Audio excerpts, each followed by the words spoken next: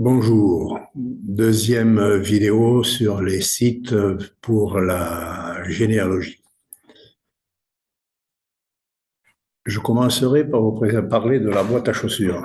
C'est tout ce que l'on a chez soi. Ensuite, les hébergeurs d'arbres, enfin, autres sources et divers autres sites intéressants à regarder aussi.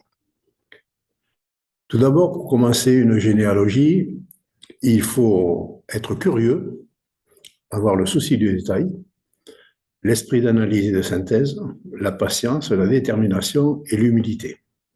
C'est une enquête que l'on va mener. La boîte à chaussures, pourquoi? La loi de 75 ans interdit la consultation des archives départementales de moins de 75 ans, justement. Donc, pour dépasser ce que Charles Péguy appelle le mur des quatre, c'est-à-dire les quatre grands-parents, il faut faire avec ce qu'on a sous la main. Un livret de famille, un livret militaire, un document manuscrit ou dactylographié que l'on peut trouver sur une petite histoire de famille, les archives départementales, les actes notariés, les articles de journaux, les faire-part. Faire-part de mariage donne au moins la filiation avec les parents, et les faire-part de décès, vous voyez comme sur celui-ci, vous trouvez toute la parenté du défunt. Une enveloppe avec un nom, une adresse, une date. Une carte professionnelle, un diplôme ou une autorisation de conduire les véhicules à pétrole. Des photos, très important d'annoter les photos pour se souvenir le plus longtemps possible de qui était qui. Et surtout, ne pas hésiter à questionner nos anciens, qu'ils soient de la famille ou du voisinage, même si leur mémoire flanche, ça donne des pistes pour attaquer les différentes recherches que l'on souhaite faire. Les hébergeurs. Les hébergeurs, ce sont des sites qui permettent de commencer sa généalogie, qui la sauvegardent et qui donnent accès à tout un tas de données qu'ils hébergent et qui sont indexées par les différents généalogistes qui travaillent sur ces différents sites. On a Généanet, on a Philae, Family Search, MyHeritage, Ancestry et Redis Généatique. Il y en a bien d'autres, bien sûr, mais bon, ce sont les principaux. Généanet, donc on peut commencer son arbre grâce à cette fenêtre, et ensuite, par celle-ci, on peut aller faire des recherches. Donc, il y a deux possibilités, un abonnement Généanet gratuit, où on ne pourra faire que la recherche sur un nom. Avec l'abonnement premium, on peut faire la recherche sur le couple. Donc, on lance notre recherche. Voilà ici, par rapport à un nom, le type de fond sur lequel on peut avoir les éléments concernant justement ce patronyme. Il se présente sous cette forme, avec ici pour les ascendances et les descendances, etc. Là, les relevés collaboratifs.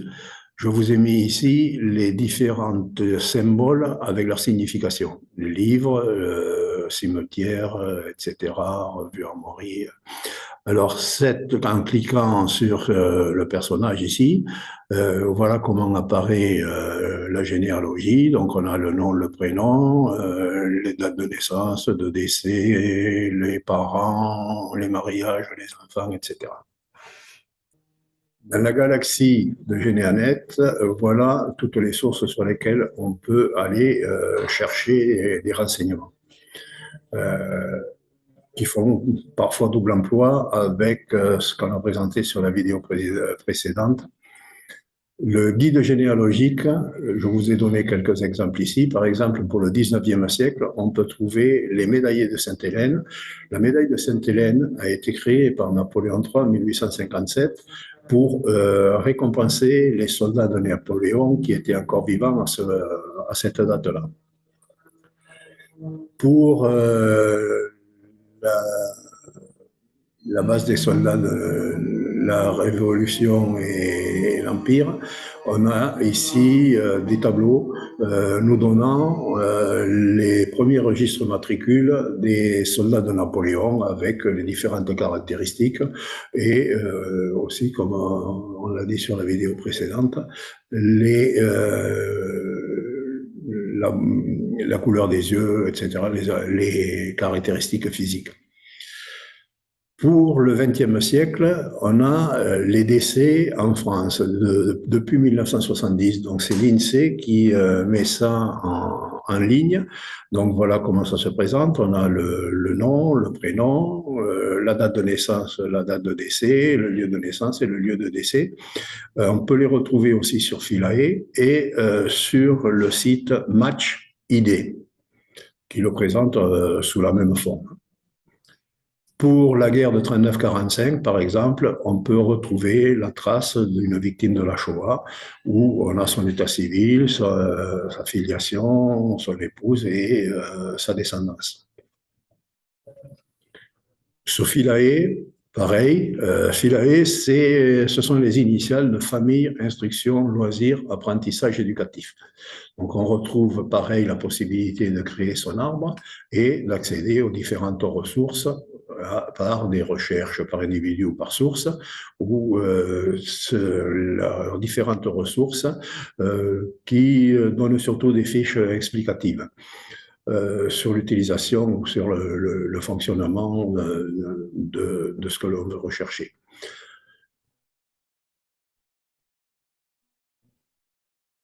Voilà les recherches par source, donc toutes les différentes sources, état civil, avec la fiche de décès, je vous en ai déjà parlé, les embarquements des passagers avec au départ de Bordeaux, au départ de les arbres généalogiques, les recensements, des généalogies canadiennes, des décorations, naturalisation, autant la nationalité française d'Alsace-Lorraine, naturalisation française du 19e siècle, Révolution française, prisonniers de la Bastille, guillotinés de la Révolution française, etc. Et les condamnés au bagne. Family Search. Pareil, on peut créer son arbre et accéder aux différentes ressources. Family Search, c'est le site des Mormons qui ont été les premiers à microfilmer tous les actes d'état civil un peu dans tous les pays et qui ont donc une base très importante de généalogie. MyHéritage, pareil, on crée son nom, son arbre, on effectue des recherches dans tout leur catalogue, les différentes collections, etc. Ça renvoie aussi à des sources que l'on peut retrouver ailleurs, les sources militaires, etc. Et depuis 2022, MyHéritage est associé à Philae, donc on peut y retrouver aussi des éléments que l'on trouve sur Philae. Geneanet s'est associé avec Ancestry, et pareil, on peut retrouver donc des ressources de Ancestry sur Geneanet. MyHéritage propose des tests ADN, mais c'est interdit en France. Voici la galaxie donc de MyHéritage avec beaucoup sur l'étranger aussi, des documents d'état civil, recensement du Canada, les listes électorales australiennes, recensement des pays nordiques, recensement américain, etc. Tous ces sites proposent des vidéos explicatives sur les différentes fonctionnalités de leur site et certains avec des plus petites vidéos sur des points particuliers qu'ils ont souhaité développer. D'autres sources. Généa France. Généa France renvoie à de nombreuses fiches pratiques mises en page par d'autres sites ou par d'autres généalogistes.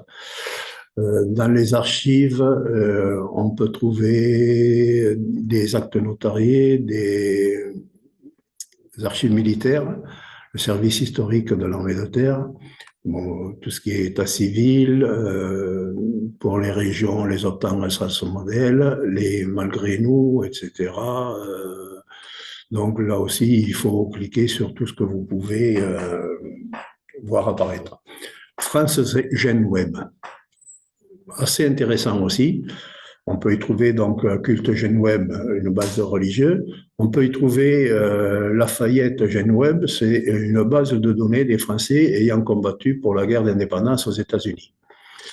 Maire GenWeb, on y trouve tous les maires de toutes les communes. Napoléon Mariage GenWeb.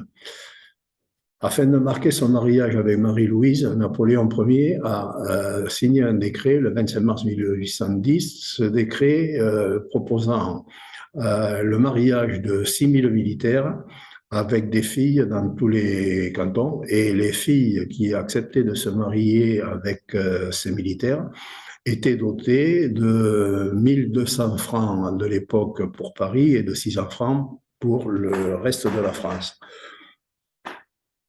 Migranet, ce n'est pas les migrations vers les pays étrangers, c'est des migrations interdépartementales pour des gens qui quittent leur département pour venir se marier dans un département limitrophe ou plus éloigné. Notaire GenWeb. C'est intéressant aussi pour faire des recherches sur les actes notariés. Ça nous donne tous les notaires par département avec leur nom, leur prénom, leur résidence, important, la date de début de leur fonction et la fin, si c'est déposé aux AD, et c'est assez facile à retrouver, par exemple, si sur un acte de mariage, vous avez qu'il a été passé en contrat chez un notaire, donc vous pouvez très facilement y accéder. Les archives de Paris. Donc là aussi, ça s'est bien amélioré. On a donc l'état civil, bon, des sources généalogiques complémentaires, les archives fiscales, documents iconographiques, archives numérisées, fonds judiciaires et hommages aux victimes des attentats de 2015. Mais ce qui est surtout intéressant sur Paris, c'est des listes pour l'admission des enfants assistés, le recrutement militaire de la Seine, les cimetières et pompes funèbres, donc ça peut aider aussi à retrouver les sépultures, recensement de la population et les listes électorales. Très important aussi, puisque sur une liste électorale, on voit les mouvements des gens qui arrivent dans la commune et s'ils en sortent ou s'ils y rentrent. Les actes d'état civil reconstitués. Donc, ils sont classés par chronologie. Par exemple, là, on a du 22-12-1846, les mariages, donc avec les différentes cotes. Il suffit de cliquer pour retrouver le bon. Voilà comment sont présentés les actes reconstitués. Donc, pour les mariages, on a la date du mariage ici et le nom des époux avec la signature du maire. Pour les actes reconstitués de naissance, on a le prénom les noms et les prénoms. Les noms ont été biffés sur ces actes-là. Donc, les noms et les prénoms des nouveau-nés avec leur date de naissance. Des sites divers. Expo Act. Ce sont des sites que vous pouvez retrouver dans tous les départements qui sont issus des dépouillements que des bénévoles ont réalisés et indexés sur ces sites-là. Pour le Lot-et-Garonne, ExpoAct sont hébergés sur le site de la Société académique d'Agen. Donc, il suffit d'un identifiant et d'un mot de passe pour ensuite aller rechercher par cette fenêtre le mariage que l'on souhaite, par exemple, avec donc l'apparition des noms de l'époux, de l'épouse, les prénoms, la commune. Et voilà ce que ça nous donne dans le code INSEE de la commune, le nom de l'époux, les parents éventuellement s'ils ont été notés, et le prénom de l'épouse avec la date du mariage.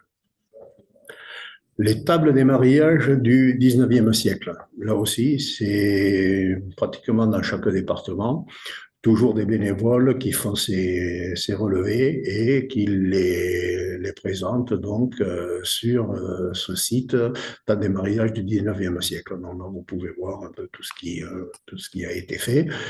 Pour le Lot-et-Garonne, eh bien, vous avez la liste ici de ce qui a été fait, par exemple avec la date de début, date de fin, le généalogiste qui l'a fait, les communes qui sont en cours par ceux qui le font et tout ce qui reste à faire. Donc, il y a encore de quoi faire.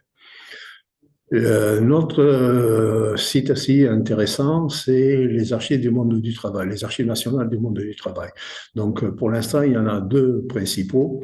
C'est les mines de Lens, où vous trouvez le fichier matricule de la personne. Et pareil, par le cercle généalogique des cheminots, le dossier de personnel avec la photo, etc., du cheminot qui est concerné. Donc, le cercle généalogique des cheminots est à Paris, mais il y a le centre des archives multirégionales de la SNCF qui est installé à Béziers. Vous avez ici l'adresse mail pour les contacter. Les pensionnaires reçus à l'Hôtel des Invalides de 1673 à 1796. On inscrit le nom, voilà comment ça se présente, et ça, c'est une retranscription qui a été faite parce que, bon, peut-être que l'écriture est assez difficile sur le document original. La région Grand Est a réalisé un film sur les victimes alsaciennes de la Seconde Guerre mondiale, donc ben, voilà, on peut retrouver la personne avec le nom, le prénom, l'atelier de naissance, etc. Et ici, ce sont les noms mentionnés sous l'arc de triomphe. Donc là, pour les rechercher, ben, vous cliquez ça sur votre moteur de recherche et voilà comment ça se présente. Vous avez toute la liste. Et puis là, je vous ai mis une image de ce qui est sous l'arc de triomphe. Des vidéos YouTube de racines et des arbres, enquête région, et c'est les deux qui me paraissent les plus intéressantes, ou du moins les plus importantes, ce sont les vidéos de Archiviculture, qui propose plus de 250 vidéos de 2 à 3 minutes chacune sur différents thèmes assez spécifiques, genre les tables décennales, les mentions marginales, etc., qui présentent aussi les fonctionnalités de GeneaNet, de Philae, des autres sites, et un peu de pages d'histoire sur l'histoire du 1er avril, etc. Auprès de nos racines, propose aussi des vidéos et des formations sur différents thèmes. Celui-ci, je vous ai mis ici les blocages généalogiques qui sont des trésors. Donc, elle explique comment débloquer un souci à partir de nos recherches. Des cousins partout, donc un site amusant, Capédia, qui permet de retrouver que tous nos dirigeants sont pratiquement tous cousins entre eux, dirigeants de tous les pays, des musiciens, des artistes, des sportifs, etc., etc. Et de même pour Généastar. Donc là, ce sont des généalogistes qui mettent leur généalogie et en fonction de leur remontée dans leur ascendance, eh bien, vous pouvez cousiner avec eux. Gallica, la Bibliothèque nationale de France, bon, qui permet aussi d'avoir accès à plein de ressources, Retro News et la revue de la Journée, donc document réalisé par la Société académique d'Agen. Chaque département a au moins une, voire plusieurs associations de généalogie. Pour le Lot-et-Garonne, vous avez RGA 47 qui a été créé en 2019 avec un site qui est en train de monter en puissance. En principe, tous ces sites-là ne sont pas payants. Donc, méfions-nous, par exemple, de Généa Service, qui vous inscrivez un nom et il vous propose un lot d'une série qui porte votre nom, mais c'est 9,96 € par lot. Pour l'état civil, c'est pareil.